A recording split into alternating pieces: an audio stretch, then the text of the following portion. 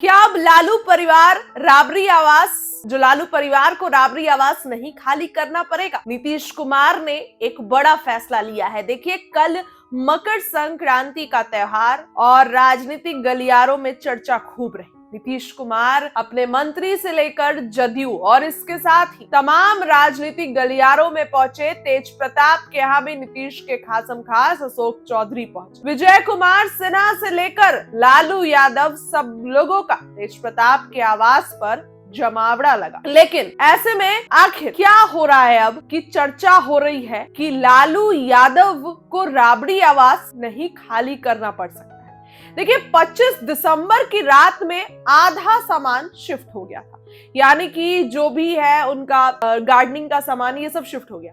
बाकी जो बचे सामान है उस पर अभी तक शिफ्टिंग का कोई काम नहीं हुआ है। लालू यादव भी पटना आ चुके हैं, तेजस्वी यादव भी पटना आ चुके हैं, मतलब पूरा राबड़ी परिवार यहाँ पर है।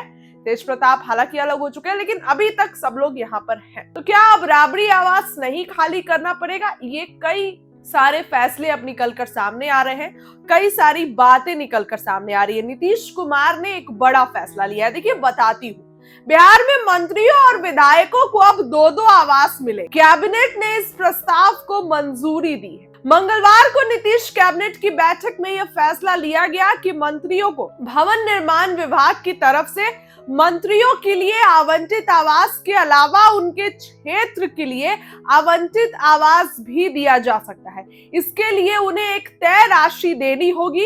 इसके अलावा विधानसभा, विधान परिषद के वरिष्ठ सदस्य जो मंत्री नहीं है, उन्हें भी 2 आवास मिल सकेगा। ये एक बड़ी खबर है कि उन्हें भी 2 आवास मिल सकेगा। भवन निर्माण विभाग ने इसके लिए 15 आवास चिन्हित किए हैं। इस आवास के लिए सदस्यों को किराया देना होगा।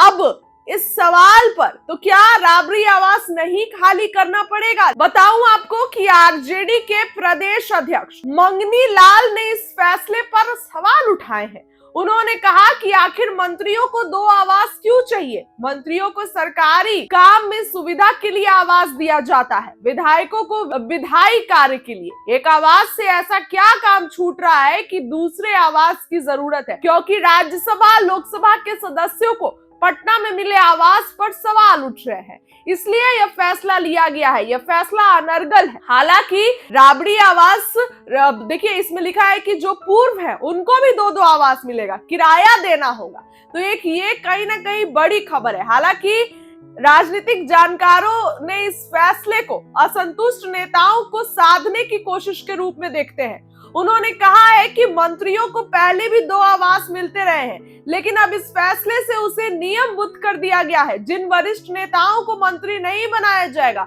उन्हें ऐसे बंगले देकर साधने की कोशिश की जा रही है। अगर इसमें पहली बार के विधायकों को भी आवास मिलता है तो इसे जोड़ कर देखा जाएगा और इस पर राजनीतिक भी तेज होगी।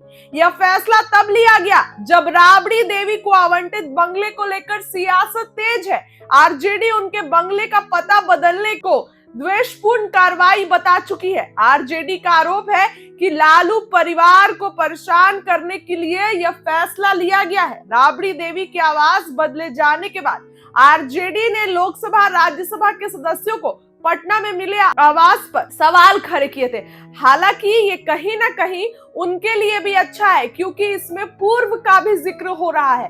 तो जहां तक अब चर्चा थी कि राबड़ी आवास को अपना राबड़ी आवास खाली करना होगा लालू परिवार को, महुआ बाग वाले में शिफ्ट होंगे या कौटिल्या नगर वाले, तो इन सभी बातों पर अब रोक लग रही है और ऐसा लग रहा है कि चर्चा खत्म हो रही है। तो क्या राबड़ी आवास नहीं खाली होगा? चर्चा इस बात की बहुत हो रही है कि क्या राबड़ी आवास में ही रहेंगे आरजेडी के लोग, क्योंकि नीतीश कैबिनेट में फैसला लिया गया है, यानी कि यह फैसला कहीं ना कहीं बिहार के मुख्यमंत्री नीतीश कुमार का ही है। तो अब देखने वाली बात होगी कि इस पूरे मामले पर और क्या होता है। हालांकि आरजेडी तो इसका विरोध कर रही है।